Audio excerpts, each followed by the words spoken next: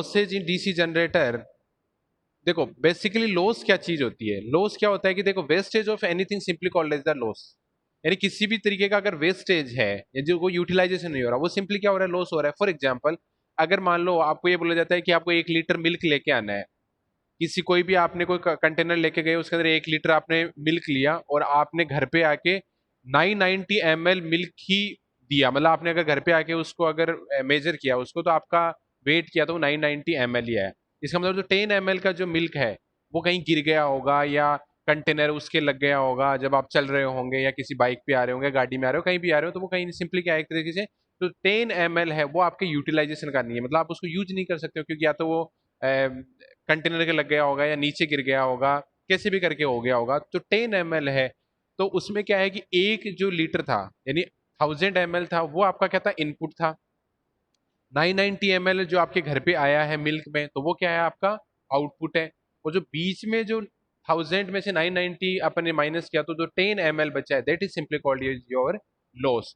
तो ये कंप्लीट जो वेस्टेज पार्ट है, उसी को अपन क्या बोलते हैं, लॉस बोलते हैं। तो लॉस का मतलब क्या है, जिसका कोई भी यूटिलाइजेशन नहीं है या सिंपली जिसका कोई भी मतलब नहीं है, कोई भी सिग्निफिकेंस नहीं है, that is simply called as the loss. ठीक है, ये तो डेफिनेशन हुई लॉस की कि लॉस बेसिकली होता क्या है।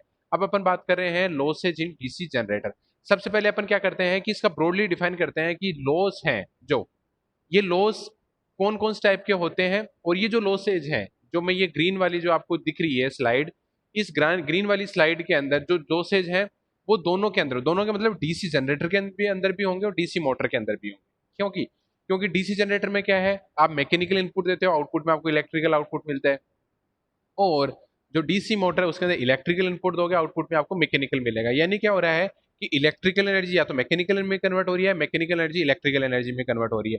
मैंने जब स्टार्टिंग क्लास थी उसके अंदर भी बताया था कि जो डीसी मशीन है that can be work as a DC generator as well as the DC motor. यानी किसी भी डीसी मशीन को आप डीसी मोटर या डीसी जनरेटर किसी भी तरीके से यूज कर सकते हो। अगर आप उसको मैकेनिकल इनपुट दे रहे हो, then it will be convert into DC generator, and if you are supply the electrical energy, then it will convert into the DC motor। ठीक है, तो ये जो लॉसेज हैं बेसिकली, ये लॉसेज कौन से हैं, ये लॉसेज डीसी मशीन के अंदर होने वाले लॉसेज हैं। ठीक है, डीसी मशीन के अंदर होने वाले लॉसेज हैं, इसका डीसी जनरेटर या डीसी मोटर से कोई भी लेना देना नहीं है। यानी ये जो लॉस की मैं बात कर रहा हूं, ये कंप्लीट डीसी मशीन के लॉसेज है, weather it is DC generator और डीसी मोटर। फिर अपन आगे हैं, इसकी जो नेक्स्ट स्लाइड है उसके अंदर अपन बात करेंगे जो डीसी जनरेटर है उसके अंदर कौन कौन से लॉसेज होते हैं और वो कौन कौन से पैरामीटर्स पे डिपेंड करते हैं। तो देखो लॉसेज उनको अपन डिफाइन करें, तो देखो लॉसेज उनका फिजिकल सिग्निफिकेंस आपको पता होना चाहिए कि बेसिकली जो लॉस हो रहे हैं, कौन से लॉस कहाँ पे होंगे और कौन से पैरामीटर पे डिपेंड करेंगे। तो देखो अगर अपन ब्रॉडली डिफाइन करेंगे तो लॉसेज है वो 2 टाइप्स के होते हैं। First one is your constant loss, second one is your variable loss. Okay, losses 2 type के होते हैं, पहले हैं आपके कांस्टेंट लॉसेज, दूसरे होते हैं वेरिएबल लॉसेज। अब आप बोलोगे कि सर ये कांस्टेंट लॉसेज और वेरिएबल लॉस क्या होते हैं, इसका मैंने बताया है कि जो कांस्टेंट लॉसेज है वो क्या होते हैं, कांस्टेंट लॉसेज होते हैं does not change with current magnitude. यानी अगर आपका करंट का मैग्नीट्यूड चेंज होगा तो इन लॉसेज के ऊपर कोई भी फर्क नहीं पड़ेगा। यानी ये लॉसेज आपके क्या है, फिक्स लॉसेज है, कांस्टेंट लॉसेज है, जो करंट पे नेगेटिव पे डिपेंड नहीं करते। अगर आपको कोई पूछा जाए कि आप कांस्टेंट लॉस का मतलब क्या समझते हो या कांस्टेंट लॉस का मतलब क्या होता है, तो आप सिंपली क्या बोलोगे कि ऐसे लॉसेज जो करंट के मैग्नीट्यूड पे डिपेंड नहीं करते, मतलब करंट की वैल्यू कम हो या ज्यादा हो, इन लॉसेज पे ऊपर कोई भी फर्क नहीं पड़ता। यानी जी जितने उस मशीन के अंदर लॉस होने हैं उतने होके ही रहेंगे, चाहे आपका मैग्नीट्यूड करंट का 0 हो, करंट की वैल्यू 100 एम्पियर हो, 1000 एम्पियर हो, 10 एम्पियर हो, कुछ भी हो, इनका कभी भी कोई भी जो वैल्यू है वो उसके करंट के मैग्नीट्यूड पे डिपेंड नहीं करती। That is constant losses. Second one is your variable losses.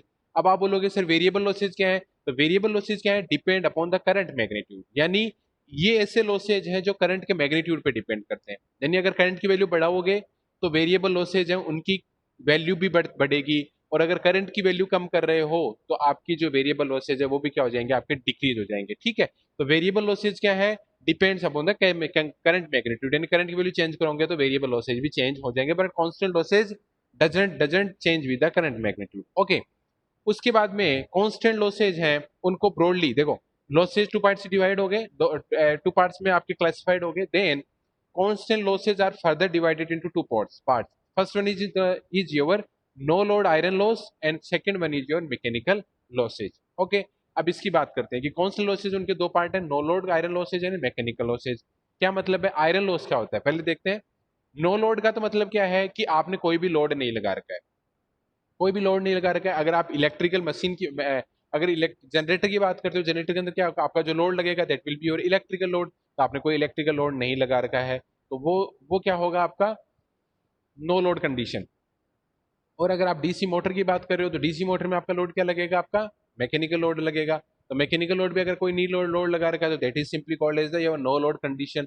अब नो लोड तो समझ में आ गया कि कोई भी लोड नहीं लगा रखा। अब ये आयरन लॉस है, ये क्या बला है, इसको अपन देखते हैं। तो आयरन लॉस क्या है कि आयरन लॉस क्या है, losses happening in the iron part of the machine. देखो मेनली जीसी मशीन है वो दो मेटल से बनी होती है, एक होता है आयरन पार्ट आपका, एक होता है आपका कॉपर पार्ट। जो कॉपर पार्ट होता है उसकी आपकी जो वाइंडिंग्स होती है, यानी जो आर्मेचर की वाइंडिंग है, that are designed by the copper, copper material. यानी कॉपर मटेरियल की क्या होती है, आपकी वाइंडिंग्स होती है। और जो फ्रेम होता है यानी जो आर्मेचर है, उसके बाद जो स्टेटर का पोर्शन है जो हमेशा स्टेशनरी रहता है, क्योंकि आर्मेचर है दैट इज वेरिएबल। वो हमेशा वेरिएबल का मतलब जो कि रोटेटिंग होती है, वो तो आपका मूवेबल पार्ट होगा। और जो स्टेशनरी पार्ट है दैट इज स्टेटर। ठीक है, जो स्टेटर होता है, मैंने पहले ही बताया कि स्टेटर रोटर में क्या डिफरेंस है। स्टेटर क्या है, स्टेशनरी से निकल के आया है, रोटर आया है आपका रोटेशनल वर्ड से निकल के आया है। तो रोटर पार्ट आपका आर्मेचर है, स्टेटर आपका स्टेशनरी है। स्टेटर आपका बना होता है आयरन का।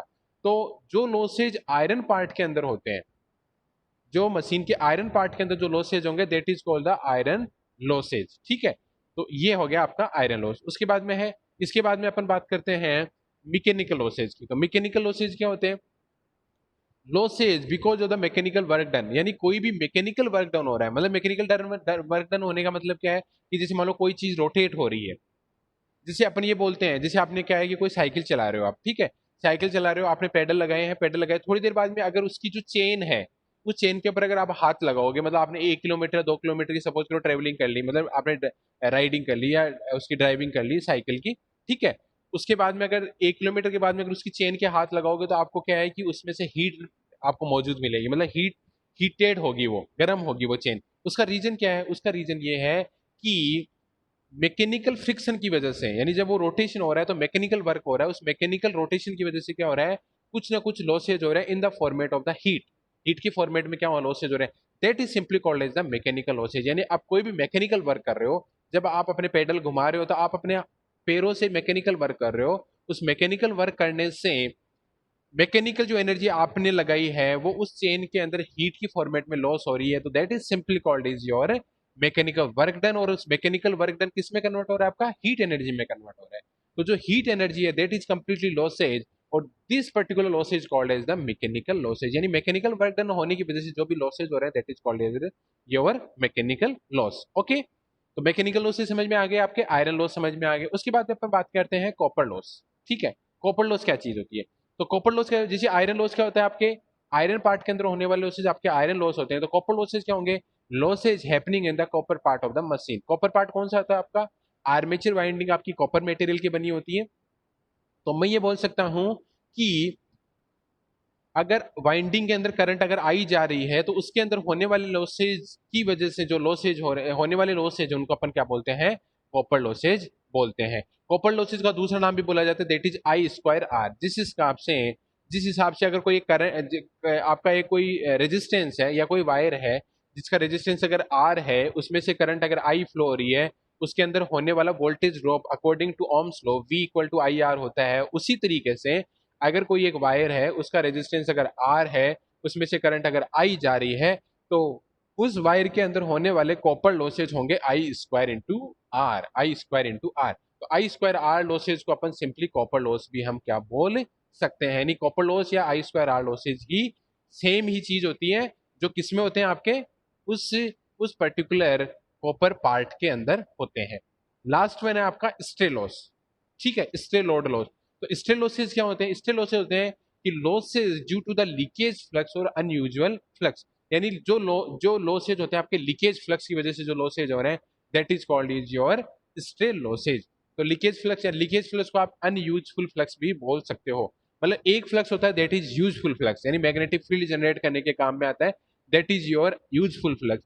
दूसरा होता है अनयूजफुल फ्लक्स, यानी जिसका कोई भी यूटिलाइजेशन नहीं होता है या मशीन के अंदर कोई भी वो कोई भी काम नहीं कर रहा है, that is simply called as the unuseful flux.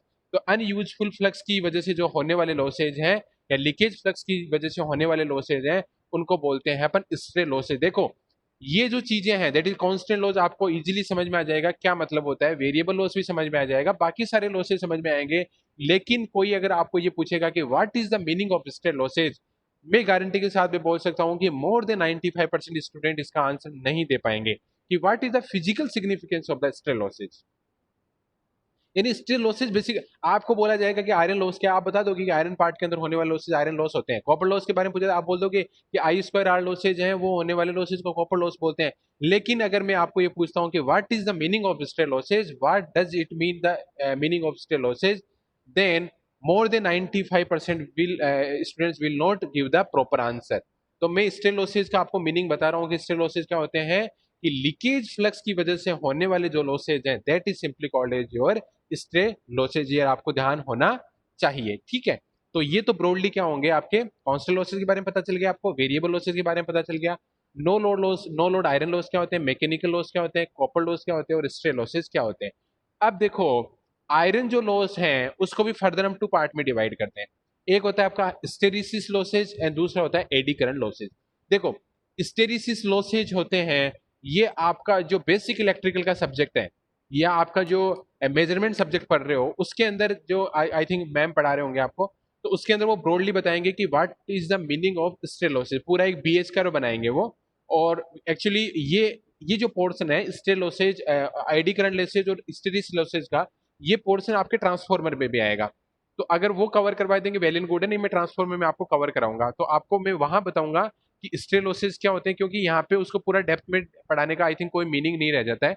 तो stray losses and the eddy current losses I will cover in the transformer part कि what is the physical significance of the stray losses and the eddy current losses. आपको detail में अच्छे से समझाऊंगा मैं कि eddy current और stray losses क्या होते हैं, okay. But right now you have to remember that the iron loss have two part, that first one is your hysteresis losses and the eddy current losses। आपको ये पूछा जाए कि iron loss क्या होते हैं वो बता दोगे आप। आयरन लॉस को टू किस पार्ट में डिवाइड किया जाता है, तो आपके क्या आंसर होंगे कि iron loss are divided into two part, first one is the hysteresis losses and second one is your eddy current loss, okay. उसके बाद में है मैकेनिकल लॉसेज। मैकेनिकल लॉस को भी टू पार्ट्स में डिवाइड करते हैं, एक बोलते हैं अपन विंडेज लॉसेज, एक बोलते हैं अपन फ्रिक्शन लॉसेज। विंडेज लॉसेज क्या होते हैं कि ऐसे लॉस जो विंड की वजह से होते हैं, मतलब एयर की वजह से जो लॉसेज होते हैं that is called your windage losses. देखो विंडेज लॉसेज क्या होता है, वाइंडिंग लॉसेज नहीं बता रहा हूँ, विंडेज लॉसेज बता रहा हूँ। विंडेज लॉसेज क्योंकि देखो जैसे सपोज करो कि कोई एक पर्टिकुलर चीज है जिसका रोटेशन हो रहा है एयर में रोटेशन हो रहा है फॉर एग्जाम्पल। अब आपको पता है कि एयर की अगर कोई प्रेजेंस है, इसका मैं एक एग्जाम्पल बता सकता हूँ कि जैसे मान लो कि मैं एक नॉर्मल वॉक कर रहा हूँ तो मेरे को एयर बिल्कुल भी फील होगी नहीं, क्योंकि एयर फील होने का, एयर तो अपने आपको पता है कि पूरे सराउंडिंग के अंदर पूरे एनवायरनमेंट के अंदर एयर प्रेजेंट है। अगर आप नॉर्मल वॉक कर रहे हो मतलब बहुत ही मिनिमम नॉर्मल अपन वॉक करते हैं उससे पता आपको एयर का पता ही नहीं चलेगा। लेकिन सपोज करो कि आप किसी एक बाइक पे बैठे हो और उस बाइक को आप 100 किलोमीटर या 40 किलोमीटर पर आर की स्पीड से ही चला रहे हो, तो आपके सामने से जो एयर है वो क्या करेगी, आपको पीछे धकेलने की कोशिश करोगे। यानी जब आप स्पीड में चलते हो तो आपको क्या हो रहा है कि जो एयर है वो आपको क्या करती है, एक अपोजिशन फोर्स लगाती है और आपके मूवमेंट जिधर हो रहा है उसके अपोजिट डायरेक्शन में ले जाने की कोशिश करती है। यानी जब बाइक पे आप 40 किलोमीटर पर आर की स्पीड से चल रहे हो तब आपको एयर की प्रेजेंस का एक्सपीरियंस होता है, लेकिन अगर आप नॉर्मली वॉक कर रहे हो तो आपको एयर का पता ही नहीं चलेगा। लेकिन जब आप 40 किलोमीटर की आर की स्पीड से चल रहे हो तो आपका एयर प्रेजेंस होने का फील होगा। तो बेसिकली जो एयर है जब आप 40 किलोमीटर आर की स्पीड से चल रहे हो उस एयर की वजह से आपकी बॉडी पे एक फ्रिक्शन वर्क कर रहा है, उसकी वजह से जो उसको क्या करना उस एयर को यानी उसको आपको काउंटर टेक करना है।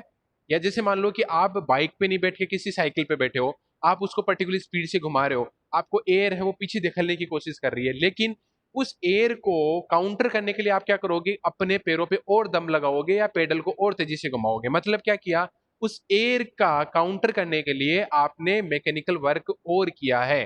तो मैकेनिकल वर्क करना क्या करना है, सिंपली वो एक लॉस हो रहा है, उस सिंपली एक लॉस को क्या बोलते हो आप, विंडेज लॉसेज। यानी एयर के फ्रिक्शन की वजह से जो होने वाले लॉसेज हैं उनको सिंपली क्या बोलते हो आप, विंडेज लॉसेज बोलते हो। इस अब आप ये बोलोगे कि सर इसका मशीन से क्या रिलेशन है, तो मशीन से रिलेशन क्या है, देखो स्टेटर आपका स्टेशनरी पोर्शन होता है रोटर आपका अंदर का पोर्शन हो जो एयर के अंदर रोटेट होता रहता है, एयर के अंदर रोटेट होगा।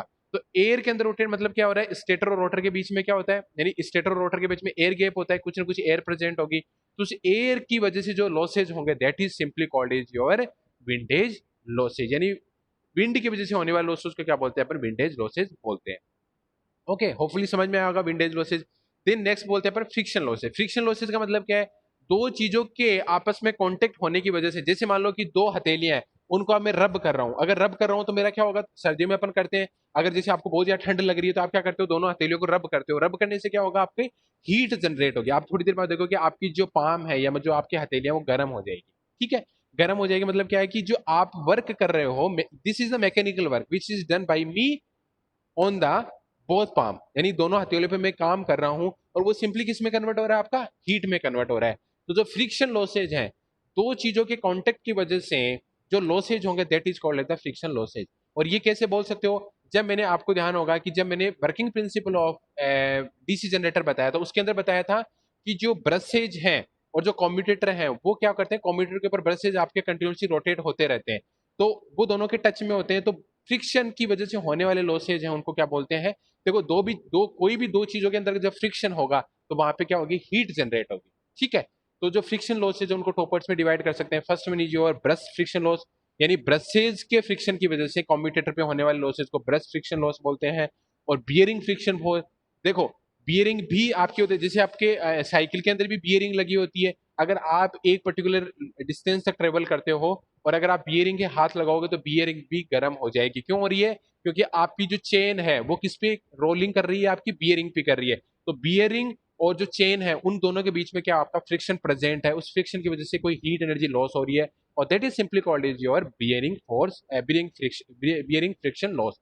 तो friction losses are divided into two parts. That is, first one is the brush friction loss and second one is your bearing friction loss. Okay, then the copper losses are further divided into three parts. That is, first one is the stator copper loss, second one is the rotor copper loss, and third is the brush contact losses. Okay, तो देखो stator copper losses क्या है कि जो stator की जो winding है वो कॉपर से बनी होगी, तो स्टेटर वाइंडिंग के अंदर होने वाले लॉसेज को क्या बोलते हैं अपन, stator copper losses, because copper loss और आई स्क्वायर आर लॉसेज एक ही चीज है। तो कॉपर लॉसेज में भी तीन पार्ट होंगे। First one is the stator copper loss, stator की वाइंडिंग आपकी कॉपर की बनी होती है, तो जो स्टेटर वाइंडिंग है तो उसमें जो लॉसेज होंगे वो होंगे स्टेटर कॉपर लॉस। दूसरी है आपकी कॉपर लॉस, तो कॉपर वाइंडिंग जो रोटर के अंदर होगी, रोटर के मतलब आर्मेचर के अंदर होंगी, तो वो लॉसेज क्या होंगे, आपके रोटर कॉपर लॉसेज होंगे। और थर्ड क्या है, आपके ब्रश कॉन्टेक्ट लॉसेज। तो ब्रश के अंदर होने वाले जो कॉपर लॉस, क्योंकि ब्रश के अंदर भी क्या आपकी करंट सर्कुलेट होती है, आपको बताया था मैंने कि ब्रश के थ्रू होती हुई कम्यूटेटर में करंट जाती है, पहले कम्यूटेटर से ब्रशेस के पास में जाती है और ब्रशेस से लोड के पास जाती है। तो ब्रश का भी कोई ना कोई रेजिस्टेंस होगा, तो ब्रश के अंदर जब कोई करंट आई फ्लो हो रही है, उसका रेजिस्टेंस अगर आर है तो उसके अंदर होने वाला लॉसेज भी क्या होगा, आपका आई स्क्वायर आर लॉसेज होगा। तो वो कौन सा लॉसेज होगा, आपका ब्रश कॉन्टेक्ट लॉस होगा। तो ब्रश कॉन्टेक्ट के अंदर, ब्रश के अंदर होने वाले लॉसेज क्या होते हैं, आपके ब्रश कॉपर लॉस। तो copper losses are broadly divided into three parts. First one is the stator copper loss, second one is the rotor copper loss, and the third one is the brush contact loss, और last one is your stray load loss. तो stray loaded loss में क्या, stray load क्या बताया मैंने कि flux की वजह से, तो जो स्टेटर में जो लीकेज फ्लक्स हो रहा है उसकी वजह से होने वाले, देखो आपका जो लीकेज फ्लक्स होगा वो स्टेटर के अंदर भी होगा और कॉपर आपके रोटर के अंदर भी होगा। ठीक है, तो रोटर के अंदर होगा तो उसको बोलते हैं अपन कॉपर स्ट्रे लॉसेज, और जो स्टेटर के अंदर हो रहा है उसको बोलते हैं अपन कोर स्ट्रे लॉसेज।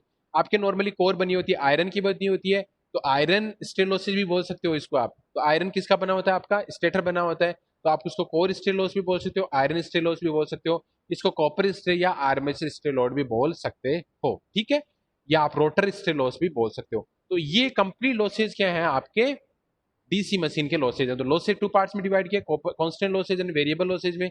कौन से लॉसेज फर्दर टू पार्ट्स में, ये भी फर्दर टू पार्ट्स में, इनको फिर फर्दर अपने डिवाइड करते गए और लास्ट में फाइनली ये आपके लॉसेज। तो ये डीसी मोटर में भी होंगे और डीसी जनरेटर के अंदर भी होंगे। तो होपफुली आपको ये लॉसेज समझ में आए होंगे। अब अपन बात करते हैं कि जनरेटर की। तो जनरेटर में क्या होगा, देखो कॉपर लॉसेज, आयरन लॉसेज और ये मैकेनिकल लॉसेज। इसके अंदर आर्मेचर के अंदर कॉपर लॉसेज होंगे, ठीक है, संट फील्ड के अंदर कॉपर लॉसेज होंगे, सीरीज फील्ड के अंदर आयरन लॉसेज आपको मैंने बता दिया कि steel losses and AD current losses है। मैकेनिकल लॉसेज क्या है, फ्रिक्शन लॉसेज और विंडेज लॉसेज है। अब देखो कॉपर लॉस की बात करते हैं। यहाँ पे देखो कॉपर लॉस क्या है आपके, stator copper loss, rotor copper loss और ब्रश कॉन्टेक्ट लॉस। तो स्टेटर क्या है आपका, स्टेशनरी है, यहाँ पे फील्ड स्टेशनरी है। तो देखो आपको मैंने अलग अलग मोटर बताई थी, संट मोटर, सॉरी जनरेटर बताए थे, shunt generator, series generator, compound generator. तो आपके पास में मैक्सिमम दो टाइप की वाइंडिंग हो सकती है, एक तो होती है संट फील्ड वाइंडिंग और एक होती है सीरीज फील्ड वाइंडिंग। तो संट फील्ड वाइंडिंग के अंदर होने वाले कॉपर लॉसेज क्या होंगे आपके, संट फील्ड कॉपर लॉसेज। और सीरीज फील्ड वाइंडिंग के अंदर होने वाले लॉसेज क्या होंगे आपके, सीरीज फील्ड कॉपर लॉसेज। और third one is your armature copper losses, armature winding के अंदर होने वाले लॉसेज क्या होंगे आपके, आर्मेचर कॉपर लॉस। ओके, समझ में आई ये चीज। तो कॉपर लॉसेज तीन पार्ट्स के होंगे सारी मशीनों के अंदर, whether it is DC motor और DC generator, armature copper loss, shunt field loss and the series field loss, iron loss, iron hysteric losses, hysteresis losses, eddy current losses और mechanical losses are the friction losses and the windage losses. This is losses in the DC machine. I am not talking about the DC generator and DC machine, DC motor. Particularly, I am focusing only in the DC machine, losses in the DC machine. अब बात करते हैं DC generator की। तो देखो ये होती है power stage of DC generator, ठीक है। Power stage of DC generator में क्या है, देखो सबसे पहले अपन क्या करते हैं, डीसी जनरेटर के अपन क्या करते हैं, मैकेनिकल अपन इनपुट देते हैं, आउटपुट में अपने को क्या मिलता है, इलेक्ट्रिकल आउटपुट मिलता है, ठीक है। तो देखो सबसे पहले अपन इनपुट दिया मैकेनिकल पावर।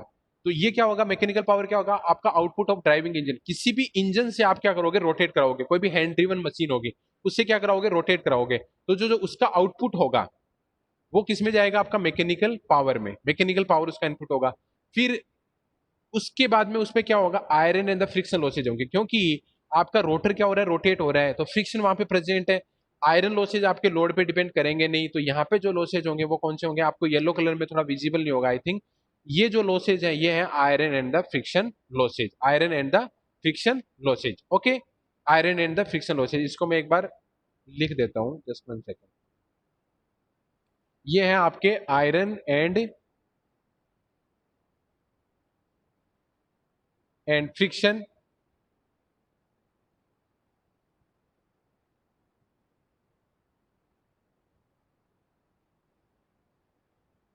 ये आयरन एंड फ्रिक्शन लॉसेज हो रहे हैं आपके कहाँ पे, इस पर्टिकुलर पोर्शन में। यानी जब इनपुट आपने दे दिया उसके बाद जो लॉसेज हो रहे हैं वो आ रहे हैं आपके आयरन एंड फ्रिक्शन लॉसेज। उसके बाद में इसके बाद जो पावर बची है that is total power generated into armature, क्योंकि अपन आर्मेचर के अंदर पहुंच गए हैं। क्योंकि जो लॉसेज, ये जो लॉसेज होंगे वो होंगे आपके साफ्ट में, ये होंगे आपके साफ्ट में। उसके बाद जो पावर बची that is total power generated in armature. उसके बाद जो, क्योंकि आर्मेचर में पावर जनरेट हो गई आपकी, ईजी आपको मैंने बताया जनरेटेड वोल्टेज हो गया, उसके करस्पॉन्डिंग आपकी आर्मेचर करंट आ गई है। तो यहाँ पे जो लॉसेज होंगे उसके बाद में क्या होंगे आपके कॉपर लॉसेज, क्योंकि कॉपर लॉसेज क्या होते हैं आपके, I square into R, I square into R. जो लॉसेज होंगे वो क्या होंगे आपके, कॉपर लॉसेज होंगे। और कॉपर लॉसेज होने के लिए आपकी करंट प्रेजेंट होना जरूरी है। करंट जब तक नहीं होगी तब तक आपके कोई भी लॉसेज नहीं होंगे, ठीक है।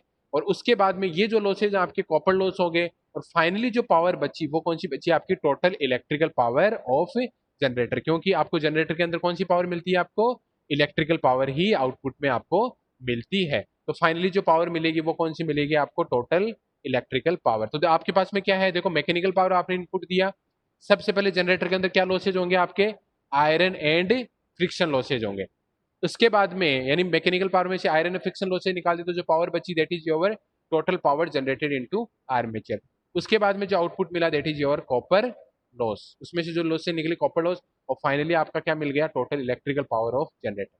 ओके, तो ये कंप्लीट आपका पावर स्टेजेज है, यानी पावर फ्लो डायग्राम भी इसको मैं बोल सकता हूं कि पावर फ्लो डायग्राम है डीसी जनरेटर का। इसी को ही मैं अगर मैं बताऊं और अगर थोड़ा ब्रॉडली डिफाइन करूं तो मैं ये भी बोल सकता हूं कि देखो सबसे पहले पी इनपुट क्या है आपका, सॉफ्ट पावर है, that is your mechanical power.